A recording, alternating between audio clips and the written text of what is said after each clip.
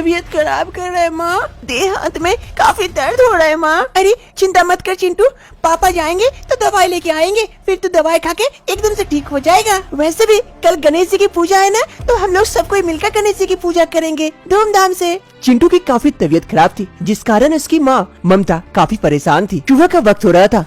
चिंटू के पापा मोहन काम पे जा रहे थे। तभी चिंटू की माँ ममता मोहन से कहती है, जी सुनिए ना, चिंटू की बहुत तबीयत खराब है। आज घर आते समय चिंटू के लिए दवाई लेके आइएगा ना। हाँ हाँ ठीक है, लेके आऊंगा, लेकिन मुझे उतना पैसा कहाँ मिलता है कि मैं उसके लिए दवाई भी लेके आऊँ और घर का सामान भी। लेकिन कोशिश करता हूँ आज कुछ ज्यादा मेहनत करने की, कुछ और काम मिल जाए तो मैं चिंटू के लिए दवाई भी लेके आऊंगा और गणेश जी का मूर्ति भी लेके आऊंगा। वैसे भी कल गणेश पूजा है ना। ये कहते हुए चिंटू के पापा मोहन काम पे चले जाते हैं और इधर चिंटू की माँ चिंटू के पास बैठ जाती है। हे गणेश जी, कल आपकी पूजा है और मेरा बेटा चिंटू आज बीमार है, उसे ठीक कर दीजिए ना गणेश जी। कल हम लोग सबको मिलकर आपकी पूजा करेंगे। सुबह सुबह मोहन घर से निकल तो जाता है और बाजार भी आ जाता है, लेकिन उसे कोई काम नहीं मिल पाता है। तभी मोहन एक आदमी के पास जाता है और उससे पूछता है, अरे भाई साहब, यहाँ कोई काम मिलेगा क्या? अरे यहाँ कहाँ काम मिलेगा, बाजार में जाके किसी दुकान में काम करना पड़ेगा, जाके पूछो। मोहन थोड़ा सा परेशान हो जाता है कि अभी तक उसे कोई काम नहीं मिली थी।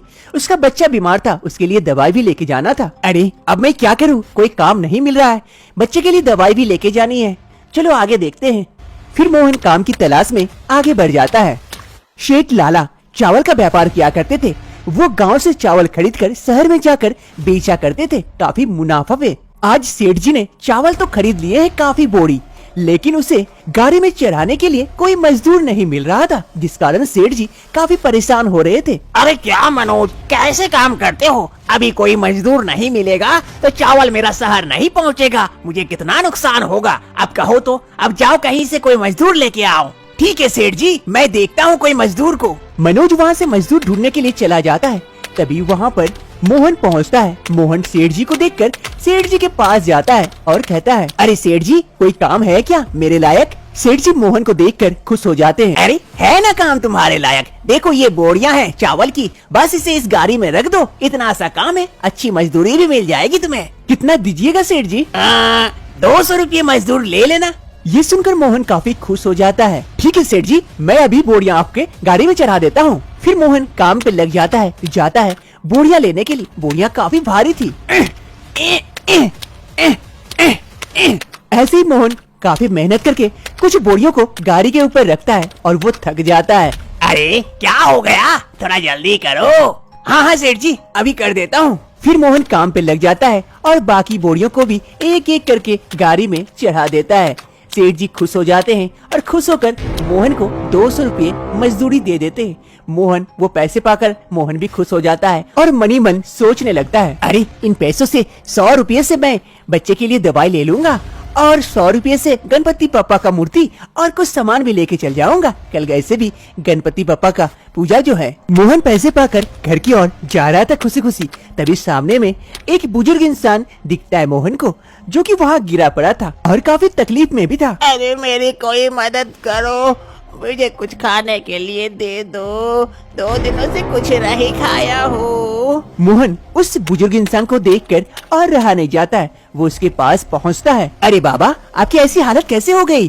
कुछ खाने के लिए दे दो बेटा, 2 दिनों से कुछ नहीं खाया हूँ। अच्छा ठीक है, आप यहीं पे रुकिए, मैं अभी आपके लिए कुछ खाना लेके आता हूँ। फिर मोहन वहाँ से जाता है और कुछ खाना लेकर उसके पास वापस पहुँचता है। अरे बाबा, ये लीजिए, ये ब्रेड खा लीजिए, आपका पेट भर जाएगा। अरे बेटा, तुम्हारा बहुत बहुत शुक्रिया।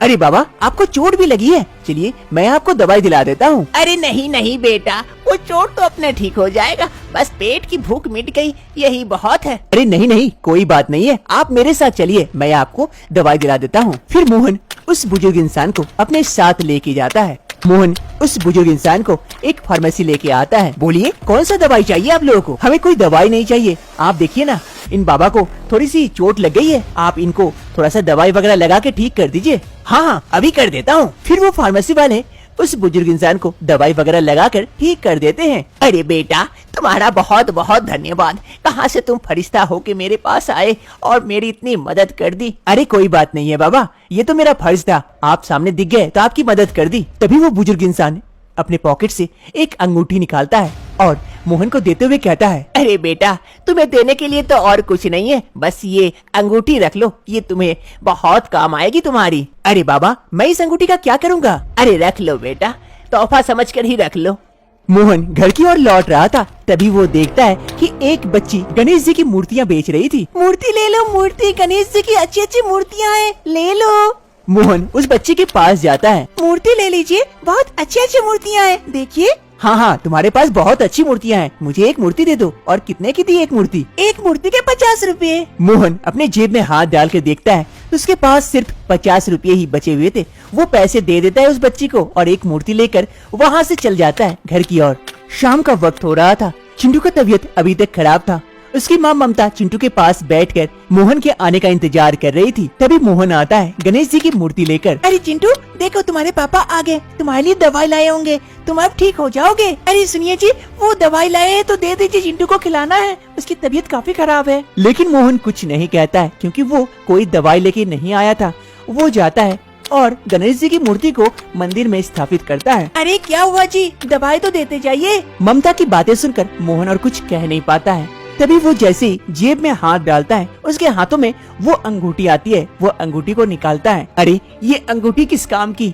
अभी मैं क्या करूँ इस अंगूठी का? मैं अपने बच्चे को ही ठीक नहीं कर पा रहा हूँ। तो हे गणपति बप्पा, मेरे बेटे को ठीक कर दीजिए, मेरे चिंटू को स्वस्थ कर दीजिए, ताकि हम सभी मिलकर आपकी पूजा कर पाए। मोहन जैसे ही अंगूठी को हाथ में रखकर ये बातें कहता है, चिंटू का स्वास्थ्य तुरंत ही ठीक हो जाता है। चिंटू उठकर बैठ जाता है। माँ, मैं ठीक हो गया, मुझे अब कोई तकलीफ नहीं है। क्या ये क्या कर रहे हो बेटा?